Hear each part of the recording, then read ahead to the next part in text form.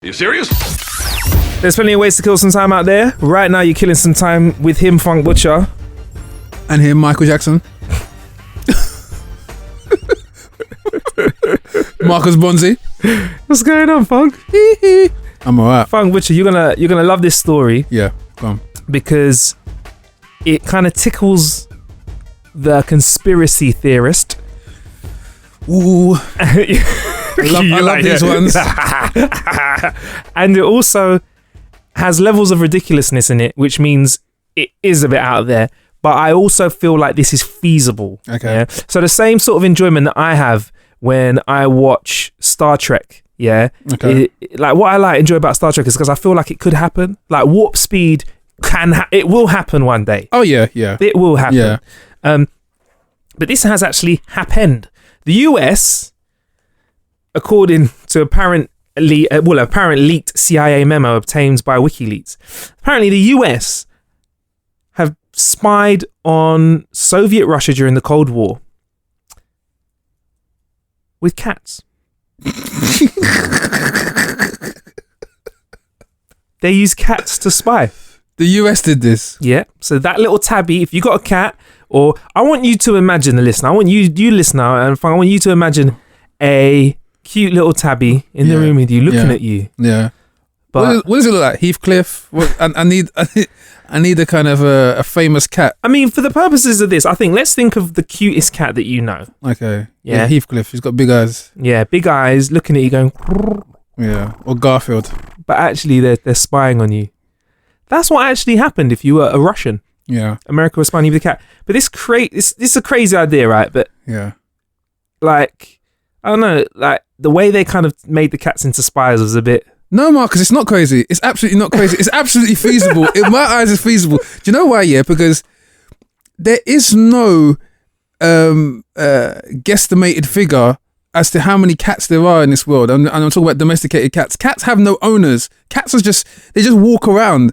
I don't think even if you own a cat, you don't own the cat. Exactly. I think the cat owns you. Yeah. Think cat about walks in and the cat walks in, lies on your couch, lies on you, comes up for a little scratch, looks at his bowl, looks at you. Wow. Where's my food? You put a little bit of food in the thing. It eats the food that you give it, goes outside, eats some more food, catches a wild animal. Yeah. Yeah, man. I think some of these cats have like several residencies as well. Of course. Yeah. Of course. So if you kind of have that level of freedom as an animal, then it kind of makes it easier to kind of spy and collate information. If they have access to many properties and can just weave in and out and they're like not noticing, they could be a spy. But do you want to know how they turn these cats into spies? I can tell you afterwards. What were you going to say? So, like a dog giving them brain manipulation. I bet a dog is behind this in some way, shape or form in the process. I'm not going to lie. When I first started reading about this... Or a mouse. I started thinking of that film, Cats and Dogs. Yeah. And it was actually cats and dogs versus each other. I was like... Yeah. Maybe this wasn't actually a fully fictional story. Maybe. Yeah.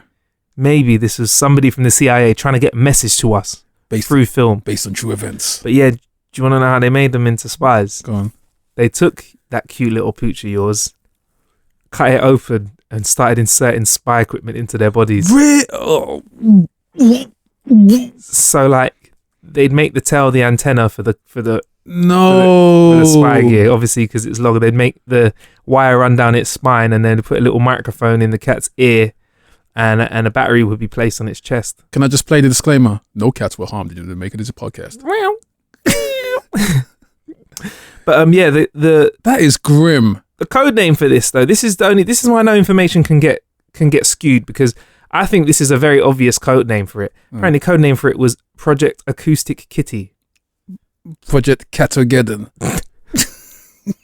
I'd call it Project Felix. Acoustic Kitten. Yeah, Acoustic Kitty. Acoustic Kitty. Yeah. Why does that sound like some new Walkman that never made it to the production line? Because I would assume, just based on the Acoustic Kitty, that it is just for purely listening purposes, not for reconnaissance. It sounds like a cat version of that Billy Bass fish. You know the fish that would come on a plaque and you press it and you go, Billy Bass fish. That thing you'd see people get at Christmas. Right, so 10 million is what they spent on this. Acoustic kitty. Guess how long they were doing it for as well? How many years this went on for? It's probably since the Cold War. No, they say it stopped now, but they were on it for 5 years. So Okay. They spent $2 million a year turning cats into microphones for 5 years. And it was when the US were developing their spy technology. Now, The RSPCA and WWF are going to go ham. back in the 60s, they did not give a shit, bro. They were doing all sorts. There was like the MK Ultra program when they were like brainwashing humans into becoming like super like what's it called again? Sleeper agents, and they get activated by like a code or something like that. Yeah. Like a certain set of flashing lights, and someone says, Chicken burger. "Yeah, I must kill. yeah." So apparently it's the project was never actually commissioned, but spending £10 million Of course it or wasn't. dollars, that sounds like a commission to me, Yeah, bro. yeah. That sounds like more than just we'll just try it out. Yeah. Robot spy cats. Do you think this actually would have worked? Do you think seriously? Do you think a cat could have got that intel that you needed? I don't know what to think. I mean, I guess it is feasible because why not? We've got Kung Fu Panda. Why not use a cat? What do you think a robot cat would be able to pick up from a house then? Because I feel like cats are just around all the time. Robo Cat. Was it called Murphy as well? Well, like RoboCop.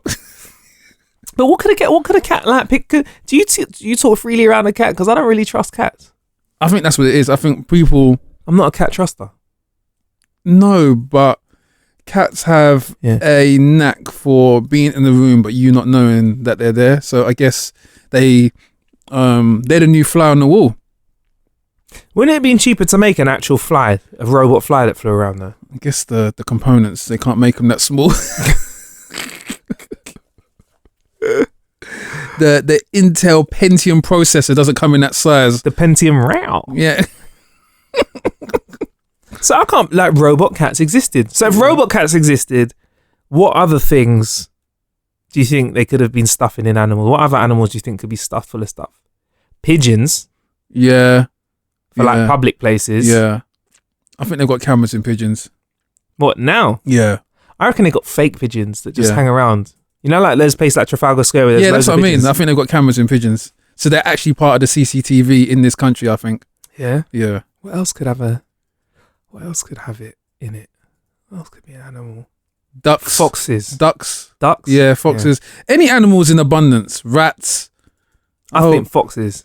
Foxes are trying to take over the world bit by bit. Yeah. I was walking down the street Yeah. and I saw a fox 2 days ago Yeah. going through some rubbish. And the fox looked at me like I shouldn't have been there. Yeah. Like he looked up at me and was like, "Hey, Yeah. what you doing here, The fox human?" the fox looks at you and Shh. You didn't see anything. I'm undercover. Nah, they're ruthless, man. Anyway, NYC Funk, yeah. they want to start tracking homeless people, basically, because they want to keep an eye Unless they get a house. on. Why would you track a homeless person? Leave them alone. Haven't your society done enough to them? Jesus, bro. The reason they want to do it is because they want to battle homelessness, and they think if they deploy a tool to count every homeless person in the city, Yeah. it will help to kind of improve their situations. Is the plan. So they basically want to use this thing called Street Smart, which will track your health, your income, the demographics of homeless people, Yeah. and help to develop them Into what? upstanding citizens. They want to help to develop them into people that have properties. Okay. Now, I've heard of loads of different ways of solving homelessness. Yeah. One of them, which is crazy, Yeah. in one's, I can't remember what the city is. I'll Google it at some point, where they just gave everyone that was homeless a house. They gave them a house. Mm-hmm.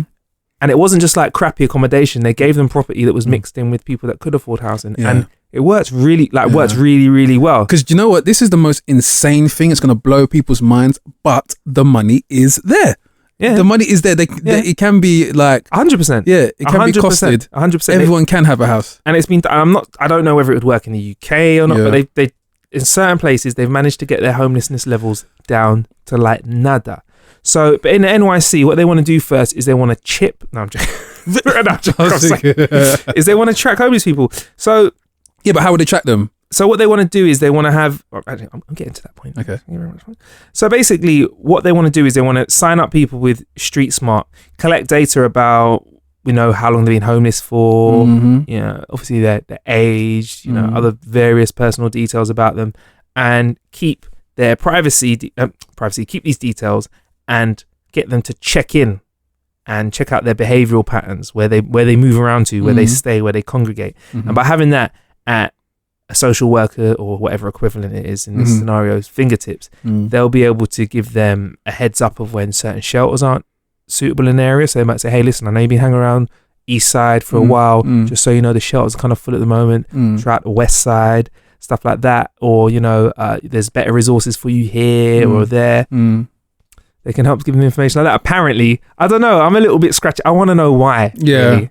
It sounds like a perverse slant on a social experiment, as that you're kind of being piecemeal in the way you're solving a solution, being the operative word kind of thing. Like, why would you not want to go the whole hog and just resolve these situations if you have the budget? Set a budget aside, put, I don't know, a percentage of these people into homes rather than track them and say,